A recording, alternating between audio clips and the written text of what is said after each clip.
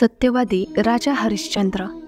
अत्यंत दानशूर हरिश्चंद्र हा इक्ष्वाकू वंशीय राजा होता। हा अयोध्या नरेश धर्मपालनासाठी तत्पर असून तो कधीही आपले वचन मोडत नसे, अशीच त्याची प्रसिद्धी होती। विश्वामित्र ऋषी एकदा तपश्चर्येला बसले होते। राजा हरिश्चंद्र त्याच ठिकाणी मृगयेला आला होता। त्यांच्या सेवकांसह येण्याने आणि सर्व कोलाहलामुळे विश्वामित्रांच्या साधनेत खंड पडला। ते संतापले। हरिश्चंद्र राजा ब्रह्मर्षी वशिष्ठांचा शिष्य आहे असे समजले। तेव्हाच त्यांनी राजाची परीक्षा पाहायचे ठरवले। वशिष्ठ आणि विश्वामित्र यांच्यातील वितुष्ट सर्व परिचित होते। राजाला सर्व प्रकार कळल्यावर त्याने विश्वामित्र ऋषींची क्षमा मागितली आणि प्रायश्चित्य मागितले। विश्वामित्र ऋषींनी त्यांचे संपूर्ण राज्य मागून घेतले। राजाने ते खरोखर अर्पण केले। राजवस्त्रे उतरून वालकली नेसून आपली पत्नी व मुलगा रोहित यांच्यासह राजधानी सोडून निघाला। निघताना विश्वामित्र ऋषींनी त्यांच्यासमोर आणखीन एक अट ठेवली। ठराविक दिवसांत त्यांनी 1,00,000 सुवर्णमुद्रांची मागणी केली। धर्मशील राजा येथेही कमी पडला नाही। त्याने हे देखील मान्य केले। एकदा राज्य सोडल्यावर राजा ही मागणी कशी पूर्ण करू शकणार होता? याचे स्वतःचे असे काही शिल्लक राहिले नव्हते। शेवटी परिस्थितीने गांजलेल्या तरीही स्वतःचा शब्द मोडण्यास तयार नसलेल्या सत्यप्रिय राजा हरिश्चंद्राला तेवढ्याच सत्यनिष्ठ असलेल्या आपल्या पत्नीने या धर्मसंकटातून सोडवले आणि स्वतःस विकण्यास सांगितले। राजाने नाईलाजाने स्वतःच्या पत्नीची आणि मुलाची विक्री केली, परंतु तरीही जेवढे द्रव्य जमा करायचे होते तेवढे तो जमा करू शकला नाही।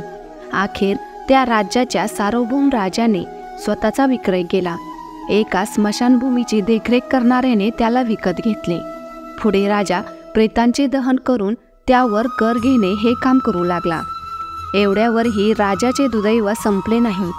काही दिवसांनी बागेत फुले गोळा करण्यास गेलेल्या राजाच्या पुत्रास म्हणजेच रोहित यास सर्पदंशाचे निमित्त झाले आणि तो मरण पावला।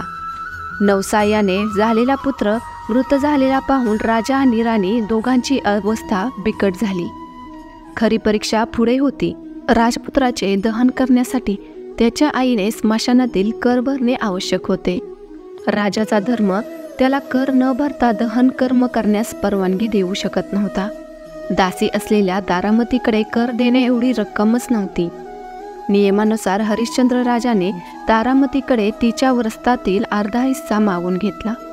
एका सर्वसंपन्न राजाच्या पत्नीला अखेर नेसते वस्त्र फाडून देण्याची वेळ यावी आणि आपल्या पत्नीची व मुलाची शोकांतिका पाहण्याची वेळ राजा हरिश्चंद्रावर यावी यासारखे दुर्दैव कोणतेच नसते।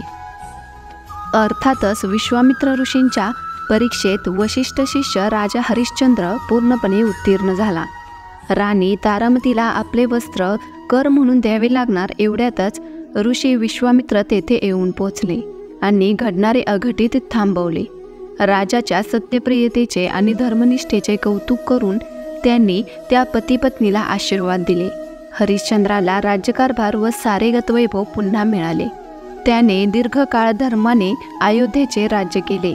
राजाच्या या अढळ धर्मनिष्ठेने विश्वामित्र ऋषींनी आपले सारे पुण्य राजाला दिले।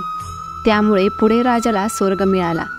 तात्पर्य: खरी तत्वनिष्ठ व्यक्ती कोणतेही संकट आले तरी आपल्या तत्वांना मुरड घालत नाही, हेच या कथेतून समजते।